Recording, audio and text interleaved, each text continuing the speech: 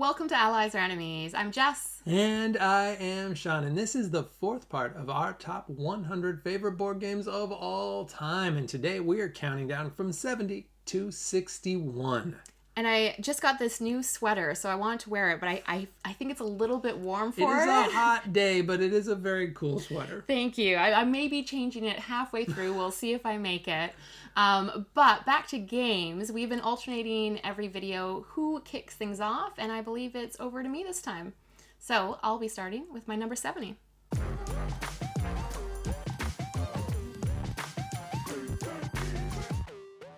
My number 70 is Icky, and specifically, I believe this is the second edition, and the production value on this is great. Everything looks really nice, and there's these wonderful player boards that really kind of walks you through what to do for each turn. It is pretty simple because you're just kind of moving around a circle, but as you go, you can stop and collect resources at the different space, and you're also gathering these kind of merchant cards that you're putting out. But one of my favorite parts is you are welcome to use each other's merchants, and it's almost like a take this mechanic, because as you stop and use their merchant, they also get a benefit and kind of get closer to retirement, which is always a good thing. Yeah, it's just a cool kind of tableau builder, but it's cool because it changes each season. So every few turns, you get rid of all those cards and bring in new cards. And so it's kind of this constantly, like, the board state shifting, the cards that are available shifting, everything, the fish are shifting. And there are a lot of different paths to victory. Yeah, and with two players, it does work pretty well. And there's no blocking of spaces, so how quickly everyone's moving across the board does vary a bit, leading to some different decisions along the way. And that is my number 70. My number 70 is Glenmore 2 Chronicles. And this is just a real mishmash of different stuff. You've got tile placements, kind of your main thing that you're doing. You're building out your lands. But then there's also this rondelle system where you're drafting tiles. There's also this kind of worker placement, action selection-y thing going on. So it's just a whole bunch of different mechanics, and it changes that up each game because there's this chronicle system where there's like these eight little boxes, and each one of those little boxes has a different way to play. Yeah, the Chronicles do definitely kind of mix things up a little bit. But one of the interesting things with the tile drafting is you can kind of go as far as you want to take whichever tile you want, but it's the person who's furthest behind that gets to go next. Mm-hmm. So if you see the perfect tile, you could go there, but it could mean the next person might get to go kind of 3 times in a row. So that decision of like, oh, do I really push it and hope that they're also going to go a long ways, or do I give them that opportunity, makes it super interesting. Really cool game, and I'm excited to look at the last 3 Chronicles as well. But that is my number 70. My number 69 is Obsession, and I love Jane Austen, and this is, by the look of it, I feel like it's really trying to capture the essence of Jane Austen in a board game. And what I love about it is all of the little details. Like, there's these old-timey pictures and the write-ups for it, and that an American guest might be really rich but might be kind of less classy. And so you're all starting off as these families starting off with not a lot of reputation, not a lot of friends or money, and slowly trying to build that up to be able to kind of court the exclusive Fairchilds. Yeah, I gotta say, I did not expect to like it as much because I don't have the same love of Jane Austen that Jess does, but I really like it way more than I expected. And part of it is that little text on the cards and stuff, and it is really easy to kind of get into role-playing this game a little bit too. And then the gameplay as well is quite clever, just in terms of managing your money, and then your servants as well as kind of one of the resources that are in short supply. And that is my number 69. My number 69 is Viscounts of the West Kingdom, and I love all of the West Kingdom games. Viscounts is kind of bumped around for me around 2 and 3, and I've got a feeling the expansion we're actually getting next week. I think they're on their way from New Zealand right now. I'm very excited to get those, and I think they're going to fix my kind of little quibbles with the game. But right now, it's a pretty solid game where you're just kind of moving your horse guy around in a circle, but while you do that, you're getting different characters and adding those to your hand of cards and building buildings. And moving up this castle, which is what Jess loves to do and why she usually beats me at it. But I am really interested to see with those expansions if this does move up to number 2 or maybe even number 1 of my West Kingdom games. And I won't spoil where it is for my list. I do really like it. And the castle is just so fun because you're like actually like putting your people out and moving them around and moving them up. And then you get all kinds of bonuses. And then they can combo and combo and combo. So sometimes my turns may take a while, which might be why Shawn wishes I didn't use the castle quite so much. It might be. But for right now, this is number 69. My number 68 is So Clover. And in So Clover, you have these 4-sided cards that you put into a clover. And then you try and find pairs and then give a one-word clue as to what would fit for those 2 pairs, because you then take all of the cards out and have to match it up. Now, officially, this is just 3 to 6 players, but I really like playing it just the 2 of us. We both do it at the same time and then pass each other's one and then have to try and slot it in. And because we know each other so well, I think it really works that we know what clues would work for the other person. Yeah, well, we thought we knew each other so well, but the trick is we have to get 2 perfect rounds. So we have to do it perfect twice in a row, and that has taken us hours before, but we will not stop till we get it. And it's funny too because we play, even with 4 players, we play with slightly different scoring rules that we found on BGG, and our friends played it with us, and then they actually bought it because they liked it, and they went home and they were like, "Did you guys know we played everything wrong?" And we're like, yeah, we know. We actually do that with this game. But how we play it is how we really enjoy it. And I just love the frustration as you see the person lining up the wrong 2 cards. And that is my number 68. My number 68 is Underwater Cities. And Underwater Cities really moves up and down my list depending on whatever happened in the most recent play. Because there are games of this where I feel like a genius and everything is coming together, and it's like this worker placement / tableau building kind of action selection-y game where you're building out an underwater city, as it says. But there are games of this where I cannot get anything to work. It just does not matter. And at the end of it, I'm just like, what did I even accomplish? And I just get crushed in it. And it really is just, I don't know why it's so extreme for me, but there's something about it. And my last game obviously went okay, because here it is in the mid-60s. I think the challenge with it is you get rewarded for setting up a really good engine early on. Mm-hmm. And so if you don't do that pretty quickly, it is really hard to catch up from it. But on games when we're both able to do that and have it be competitive, that combo and having that successful engine is really satisfying. I love that. That was really throwing some shade. On games where we're both able to be competitive, it's really satisfying. I think that tells you everything you need to know about how our games of Underwater Cities goes. But it is a really solid game, and it has kind of that terraforming Mars, but maybe like even a little bit tighter and a little bit better in some ways and a little bit harder in other ways. That is my number 68. My number 67 is Maracaibo, and it's an Alexander Pfister game, and I feel like uses so many elements that he does really well. And one of them is the multi-use cards, so the cards you're using you can spend in lots of different ways. And the other aspect is the rondelle system.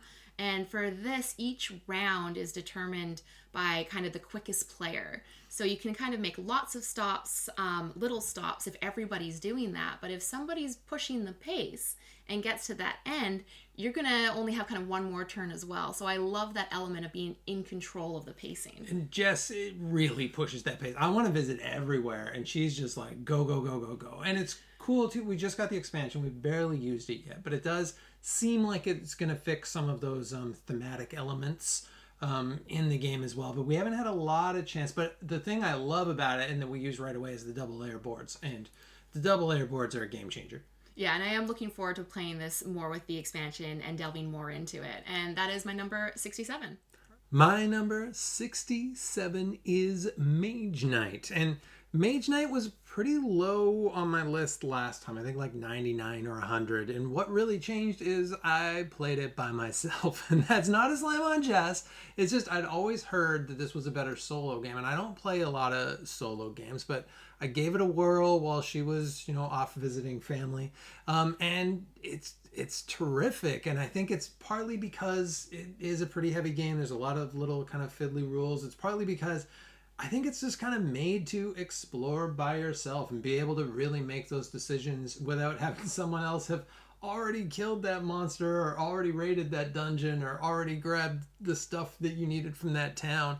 So being able to just explore that, that open world works really well. Yeah, and there's so many choices for this, and one of the things I really like about it is that sense of danger that you get, because sometimes you don't know what you're going to fight until you just kind of show up. So you're kind of like, I think I've got what I need. And then you flip it and you're like, oh no, this is not going to go well.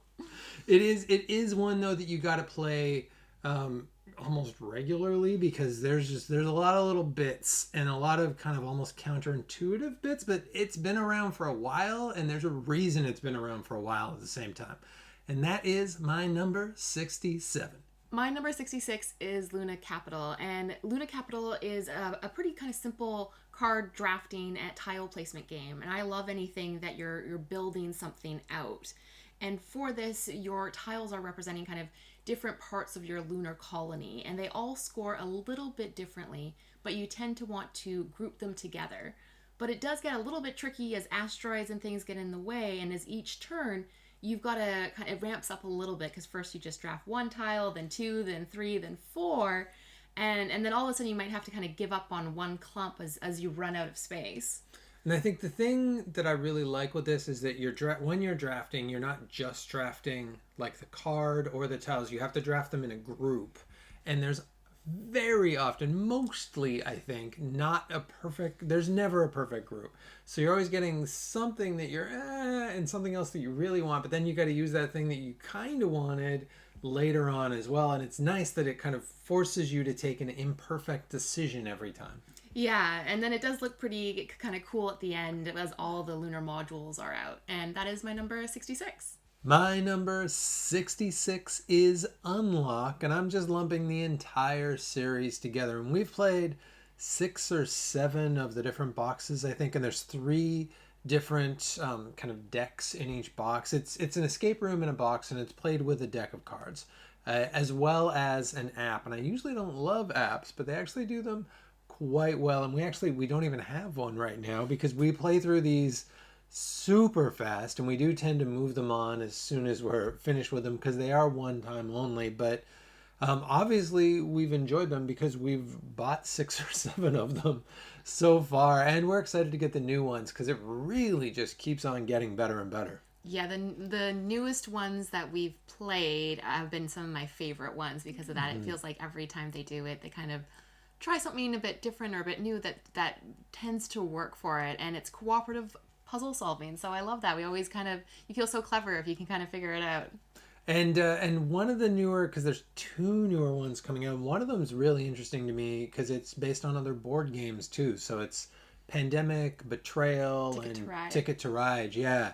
So I'm really keen. It's really interesting when games reference other games and kind of bring it into a larger board game community. But that is my 66. My number 65 is Dinosaur Island Roar and Write. I love the name for it too. It's very clever.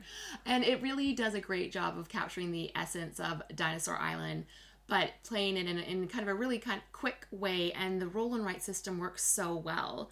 When you still have the kind of different dice that you're drafting that might affect the DNA you get or the actions you can do. And then you're just sketching out your park, and at the end of your turn you've got to try and see like how many of those you visit. But other than when you're sketching the dinosaurs itself, the turns move pretty quickly and really gets Dinosaur Island into a shorter format. Yeah, I think this has kind of replaced Dinosaur Island. Well, Dinosaur World has a little bit as well, but Dinosaur World takes up your whole house and is just a lot of setup and a lot of games. So it is nice to have something that you set up in 20 seconds, and it plays pretty smoothly and still captures that feeling. And still has a lot of kind of the combos and stuff that you can get with roll and writes, which works really well for this system. And so that is my number 65.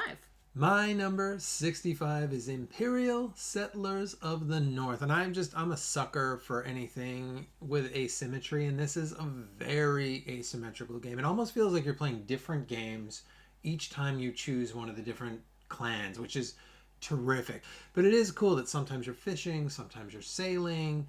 It's just so many different things and different ways to play the game each time that it really feels fresh. Yeah, and it is interesting how it can keep it a little bit replayable as well, because the actions that you're choosing from go out in a circle. And so every game, what's next to each other varies a bit, which is important because you can sometimes just like move one along and that changes what you can do. It's got so many different moving parts to keep it interesting every single time. And that is my number 65. My 64 is Pulsar 2849. So this is a Vladimir Suchy game, and you are drafting dice to perform your actions. But one of the things that I really like about this game is no matter what dice you're using, there is going to be something that you can do with that. There are so many choices in terms of exploring planets or getting little satellite boards or going up your personal technology track or like the group technology track, that it never feels like a wasted turn. So I love that feeling of accomplishment almost no matter what I'm doing. Yeah, no, I totally agree. And I usually am not that into dice placement games, although I feel like I say that so much that I must be kind of into dice placement games because it seems like there's a lot I like now. But this is one of my favorites, and it's for exactly that reason. It feels like I'm always doing something, even if I'm just flying my ship around the galaxy, which is one of my favorite things to do. It feels like, oh, cool, I flew my ship around the galaxy, or cool, I learned this technology, and that's great. You always do. By the end of it, Shawn is like little discs have been on almost all of the planets because he just loves the exploring part. But the great thing is there are so many different paths to victory that you can focus on that or go other routes as well. And so that is my number 64. My number 64 is Tricarian, and I can be fairly certain that this will not be on Jess's list, but she is generally game to play it with me. And it's just got this amazing theme of old-timey magicians kind of working in the shadows, and you're setting up these tricks, and it's got this really cool system that is also a little bit of a brain breaky system where you've got to kind of plan out everything that you're going to do in your day. So you've got to put all of your magicians or your magician and your apprentices and your helpers and everyone and decide all the places that they're going to go.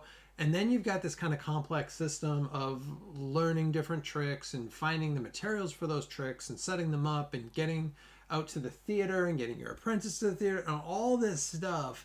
And it does melt your brain just a smidge. And I love the look of this, and I do love the theme. I think part of it is when you get to the higher level tricks, they're so interesting, and I've always really want to be able to do lots of the really cool stuff, but usually you kind of only manage to do it kind of once or twice, and I just want to be like the ultimate magician and be able to do the hard stuff right away. And when we play, we do really like announce each show. So when we get to the show, we do a big like starting off with the amazing whatever trick, and really do talk through it. And if you're into the idea of kind of the prestige, the board game, this is well worth checking out. And that is my 64. My 63 is Meadow, and this is a lovely card tableau building game. And so you are building out your meadow, and you have got to try and be able to match icons with what you already have. So it starts off by kind of doing really basic things like trees, and then once you've got that, then you can start to have like berries or birds. And I love kind of the science behind it because it really does feel like you're building out the food web. So the look of it is great, and then it can be really challenging to kind of pick your cards with the system that they have because you got to like put your disc in and only get so many, and that limits where you can go. And there's an interesting kind of variable scoring system to it as well, where in the middle of this like campfire board, which is like the secondary board, it's got different icons that you need to get two of, so it forces this kind of race to like, oh, I gotta get like a butterfly and a wolf. And butterfly and wolf plays super different from if you had to get like flower and like moose or some sort of ungulate. But it totally plays different each time, just with that little system. Yeah, I find it's always almost tricky to get the exact cards you need. That I really like at two players, we at least have like the most options available. It would get harder and harder with more players, but it's yeah, it's a great game. And that's my number 63. My 63 is Tidal Blades, and Tidal Blades has more to it, I think, than people first expect. I think people look at this and they think, this is going to be like a silly game about like jet skiing animals or whatever. And you know what? There are some jet skiing animals. That's fine. That's a selling point to me. But there is more to it than that, and it is a really interesting. You're kind of building up your, I don't know, your like cachet of dice that you have. And then you're using those dice to impress judges by doing tricks, but you also have to fight these monsters that are trying to come in. And there's a bunch of bits to it, but it's just the look is like, it's got this wonderful kind of islandy look that like I want to visit there. Yeah, it does look really cool, and because of the looks and everything, it does such a great job of world building with just those little bit of touches of snippets about the characters and how all the art is.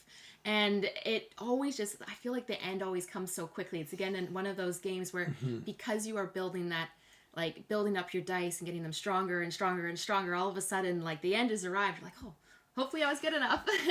And I'm interested to see what happens with part 2 as well, because there is a chapter 2 and I think it kickstarted. We missed it, but it looks like you're doing more of the monster fighting as well, so it'll be interesting to see where it goes to. But that is my 63.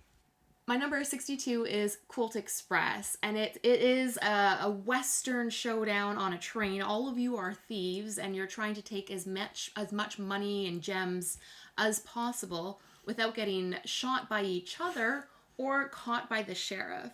And I just love the chaos fun of it. Is everybody has to play their cards around, and then each turn you play it and you go around and around. Sometimes those cards are hidden, sometimes they're visible, but you don't do any of the actions till the end of the round, and then you flip them and do all of the actions.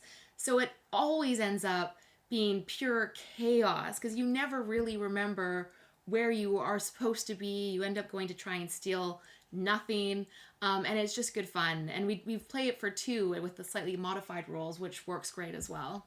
Yeah, the rules in the box for 2 are but our rules where you play 3 robbers each works great. But no matter how many people you're playing, it's such crazy chaos because you can see all of the programming, most like 90% of the programming happening, but it doesn't help. It never goes the way according to plan. And I love this version because it actually has the 3D train. So we always set up the 3D train with the cactuses and everything. I think there's a bit of a stripped down version, but I would recommend this one. And that is my number 62. My number 62 is Nidavellir. And Nidavellir is a dwarf drafting game or card drafting game.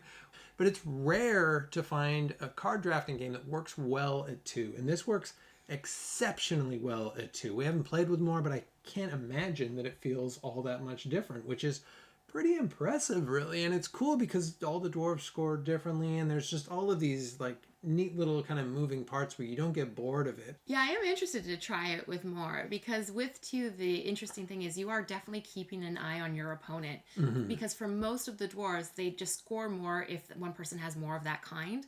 So if I see that Shawn's really kind of gunning for the orange ones, then I'm going to start like upping my orange collection just to kind of make sure he doesn't get oodles of points off of it. So I imagine that there's probably less of that with more players. Yeah, and the orange ones especially, I love the orange ones because the orange ones, they look like they're only going to score you like 1 and 2, but they multiply and all of a sudden you've got like huge points with them, and people don't see that coming, but Jess really sees that coming now, so it's a harder plan to get.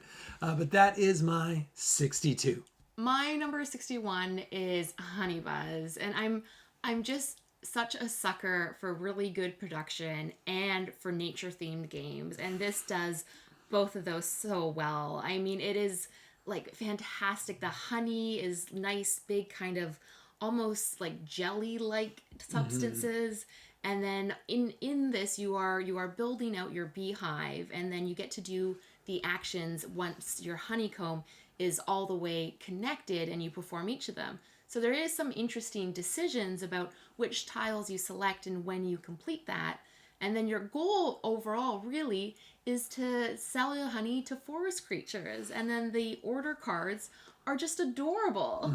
No, it really hits such a nice balance of like it's cute and it's like approachable, but then it's surprisingly thinky and has some like kind of big decisions to it as well. And I really appreciate when a game can just get that like right in the middle. Yeah, it can be really satisfying sometimes when you're able to do a great run of actions with that completion and like get your fans going and all of a sudden have like all of the honey that you need.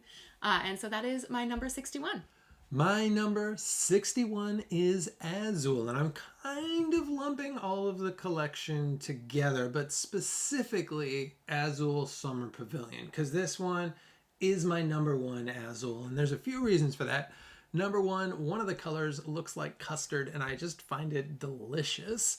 And also, it just adds like a smidge of complexity to the game. We've also got the Queen's Garden one, which I think maybe goes a little bit like a little too thinky from what I want from an Azul game.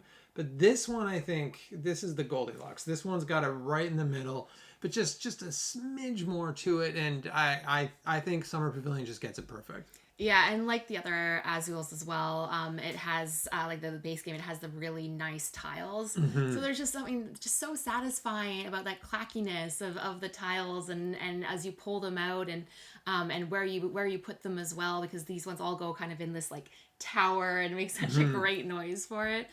So I do enjoy the Summer Pavilion, and it was really interesting to see this little step up that it took from the regular Azul. And that is my 61. And that is it. That is all the way down to 61. So next time we are counting from 60 to 51. And then we're going to be right in the middle, right at the halfway point of our top 100, which is pretty exciting. Yeah, if you've been watching the videos all the way through, thank you so much. If this is where you're starting off, that's great too. Welcome. So thank you so much for watching. Please comment, like, subscribe. All of that really helps us out. And hopefully we'll see you for the next one.